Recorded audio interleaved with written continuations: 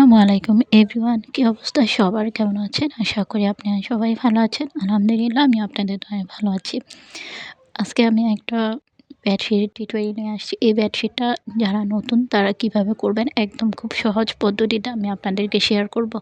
আর এই বেডশিটের কাপড়টা কি মানে সব কিছুই আমি এখানে ডিটেইলসে শেয়ার করে দিচ্ছি। তাহলে চলুন ভিডিওটা শুরু করা যাক। এখানে আমি নিয়েছি টুয়েল কটন কাপড়, যে কাপড়গুলো হচ্ছে কি বেডশিট পর্দার জন্য একদম বেস্ট আমার কাছে মনে হয়। আর এতটাই ভালো কাপড়ের কোয়ালিটি, অনেক মোটা, এবং এগুলো হচ্ছে টুয়েল কটন কাপড় বললে সবখানেই পাবেন।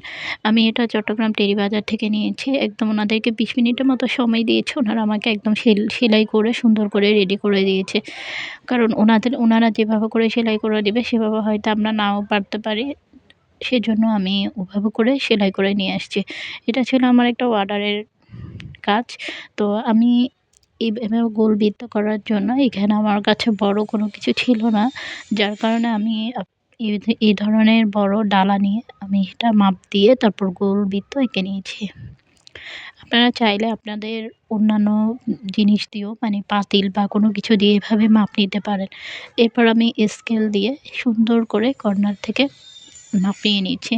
আর এটা আমি খাটের মধ্যে রেখে কাজটা করতেছি, যাতে করে দেখা যাচ্ছে কি আমার সঠিকভাবে মাপটা থাকে।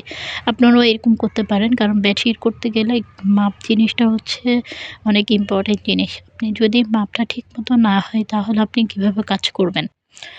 যার জন্য আমরা ফার্স্ট টাইম খাটের মধ্যে বিছিয়ে সেটা মাপ নিয়ে ফেলি, তারপর আমি কাজ শুরু করি। যখন আমি পুরাটা সুন্দরভাবে এঁকে নিয়েছি তারপর আমি এটা একটা ফ্রেমের মধ্যে বিছিয়ে কাজটা শুরু করছি।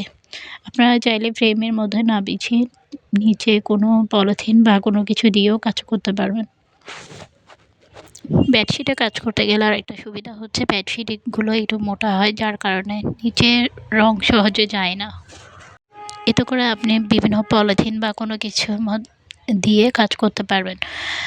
আর আপনারা যদি এই ধরনের হ্যান্ড পেইন্টের বেডশিটগুলো আমাদের কাছে নিতে চান, তারা আমাদের ফেসবুক পেজে যোগাযোগ করতে পারেন। আমাদের কাছে অনেক কালেকশন আছে, আপনারা আপনাদের পছন্দ অনুযায়ী কাস্টমাইজ করে নিতে পারবেন। আপনারা অনেকজনেই বলতে পারেন যে এই ধরনের বেডশিটগুলো করার পর আমরা কীভাবে রোদে শুকাতে দেব। আমরা আসলে বেডশিট করার পরে এটা ভালোভাবে একদিন রোদে শুকিয়ে তারপর আমরা সেটা প্যাকেটিং করে দিয়ে দিই। ফাইনালি আমার কাজ শেষ। আল্লাহ হাফেজ।